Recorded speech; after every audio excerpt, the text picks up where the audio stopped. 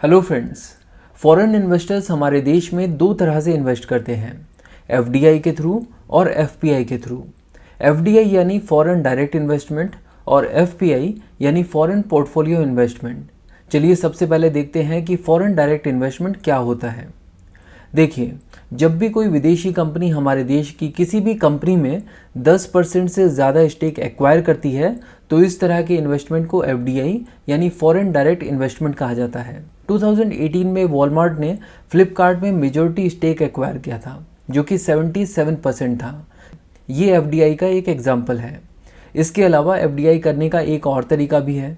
अगर कोई विदेशी कंपनी हमारे देश में अपनी मैन्युफैक्चरिंग फैसिलिटी इस्टेब्लिश करे तो इस तरह के इन्वेस्टमेंट को भी एफडीआई की कैटेगरी में रखा जाता है। आपने न्यूज़ में सुना होगा कि एप्पल जो है वो बेंगलोर में अपनी मैन्युफैक्चरिंग फैसिलिटी इस्टेब्लिश करने की तैयारी कर रही है। ये भी एफडीआई का एक एग्जाम्पल हुआ। तो बेसिकली ये दो तरीके हैं जिसके थ्रू फॉरेन इन्वेस्टर्स हमारे देश में इन्वेस्ट करते हैं। बट क्वेश्चन ये है कि इस तरह से इन्वेस्टमेंट करने से इन कंपनीज़ को फ़ायदा क्या होता है। देखिए, बात यह है कि अगर कोई भी कंपनी हमारे देश में एफडीआई के थ्रू इन्वेस्ट करती है तो इसके कई सारे बेनिफिट्स होते हैं। पहला बेनिफिट तो ये है कि इन कंपनीज़ को कस्टम ड्यूटी नहीं देनी पड़ती। एक्चुअली होता क्या है कि जब भी ये कंपनीज़ अपने प्रोडक्ट्स को इंडिया में एक्सपोर्ट करती हैं तो उन प्रोडक्ट्स पर इन्हें कस्टम ड्यूटी देनी पड़ती है। लेकिन अगर ये कंपनीज़ अपने प्रोडक्ट्स को इंडिया में रहकर बनाएं तो इन प्रोडक्ट्स पर कस्टम ड्यूटी नहीं लगेगी। दूसरा फ़ायदा कंपनीज़ को होता है प्रोडक्शन कॉस्ट रिड्यूस करने से रिलेटेड। क्योंकि इंडिया में लेबर काफ़ी चीप है तो कई बार ये कंपनीज़ अपनी कॉस्ट ऑफ प्रोडक्शन को कम करने के लिए भी अपनी मैन्युफैक्चरिंग फैसिलिटीज़ इंडिया में शुरू करती हैं या फिर इंडिया की किसी कंपनी में मेजॉरिटी स्टेक एक्वायर कर लेते हैं। और इसके अलावा भी कई और कारण हैं, जैसे कि गवर्नमेंट पॉलिसीज़। इंडिया की गवर्नमेंट कई सारी ऐसी फेवरेबल पॉलिसीज़ लेकर आती रहती है जो कि फ़ॉरेन कंपनीज़ को अट्रैक्ट करती है कि वो इंडिया में अपनी मैन्युफैक्चरिंग फैसिलिटी शुरू करें। तो अब तक के इस डिस्कशन में हम लोगों ने देखा कि इंडिया में फॉरेन डायरेक्ट इन्वेस्टमेंट दो तरीके से हो सकता है। या तो फॉरेन इन्वेस्टर्स इंडिया की किसी कंपनी में 10% से ज़्यादा स्टेक एक्वायर कर लें या फिर इंडिया में अपनी मैन्युफैक्चरिंग फैसिलिटी इस्टेब्लिश कर लें। इसके बाद अगर हम लोग बात करें एफपीआई यानी फॉरेन पोर्टफोलियो इन्वेस्टमेंट की, तो ये वो इन्वेस्टमेंट्स होते हैं जहां पर फॉरेन इन्वेस्टर्स इंडिया की किसी कंपनी में 10% से कम स्टेक एक्वायर करते हैं।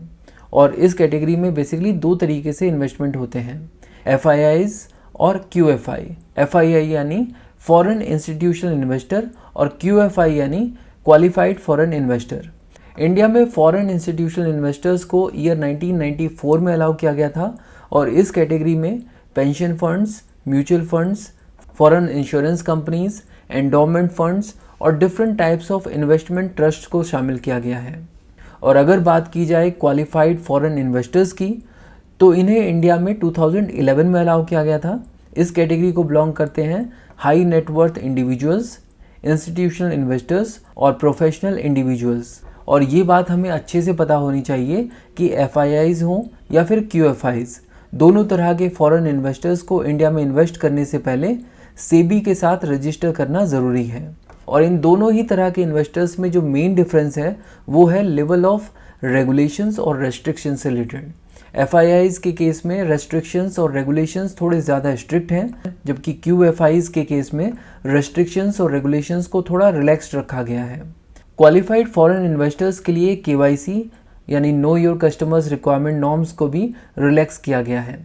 इसका मतलब ये हुआ कि किसी भी इंस्टीट्यूशनल इन्वेस्टर के लिए एफआईआईज की तरह रजिस्टर कराना थोड़ा मुश्किल है, बट क्यूएफआईज की तरह रजिस्टर कराना थोड़ा आसान है। बट 2014 में फॉरेन इंस्टीट्यूशनल इन्वेस्टर्स और क्वालिफाइड फॉरेन इन्वेस्टर्स को मर्ज कर दिया गया और इन दोनों कैटेगरीज को मर्ज करके कहा गया एफपीआई यानी फॉरेन पोर्टफोलियो इन्वेस्टमेंट।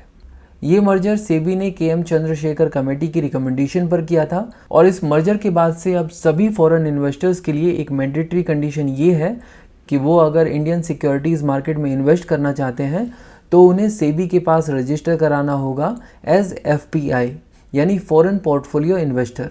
इसका मतलब ये हुआ कि 2014 से पहले जो क्यूएफआईज या फिर एफआईआईज थे उन्हें भी वापस से सेबी के पास रजिस्टर करवाना पड़ा था। और इसके कुछ ही समय के बाद 2014 में सेबी ने एक और सर्कुलर इशू किया जिसमें सेबी ने कहा कि अब से सभी एफपीआईज यानी फॉरेन पोर्टफोलियो इन्वेस्टर्स को नए नाम से जाना जाएगा और ये नया नाम होगा आरएफपीआई यानी रजिस्टर्ड फॉरेन पोर्टफोलियो इन्वेस्टर।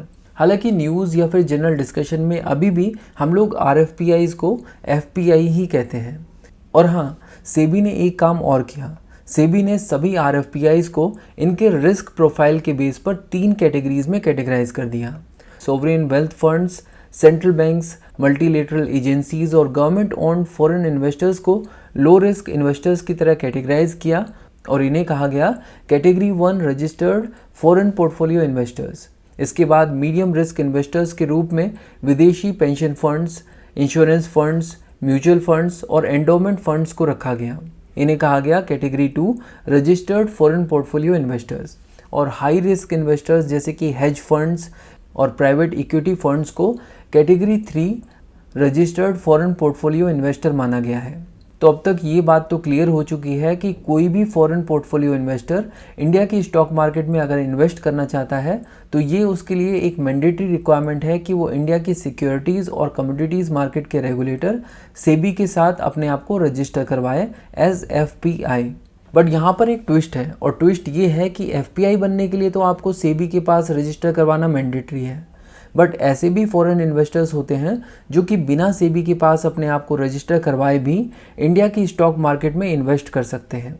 दोनों में डिफरेंस ये है कि एफपीआईज तो डायरेक्टली इंडिया की स्टॉक मार्केट में इन्वेस्ट कर सकते हैं, लेकिन ऐसे फॉरेन इन्वेस्टर्स जो कि सेबी के साथ रजिस्टर्ड नहीं है एज एफपीआई, वो हमारी सिक्योरिटीज़ मार्केट में डायरेक्टली इन्वेस्ट नहीं कर सकते, बट इनडायरेक्टली ये लोग रजिस्टर्ड एफपीआईज के थ्रू इंडियन स्टॉक मार्केट में इन्वेस्ट कर सकते हैं। हालांकि इन्हें इंडियन कंपनीज के शेयर्स एलोकेट नहीं होते, इन्हें मिलते हैं पार्टिसिपेटरी नोट्स जिन्हें पी नोट्स भी कहा जाता है। और ये एक ऑफशोर डेरिवेटिव इंस्ट्रूमेंट है जिसे हम लोग डिटेल में कवर करेंगे नेक्स्ट वीडियो में। इंडियन हिस्ट्री, इंडियन पॉलिटी और इंडियन इकोनॉमी को डिटेल में कवर करने के लिए बुक्सतावा की प्लेलिस्ट को फॉलो कीजिए, लिंक डिस्क्रिप्शन में है। Thank you so much for watching and supporting बुक्सतावा।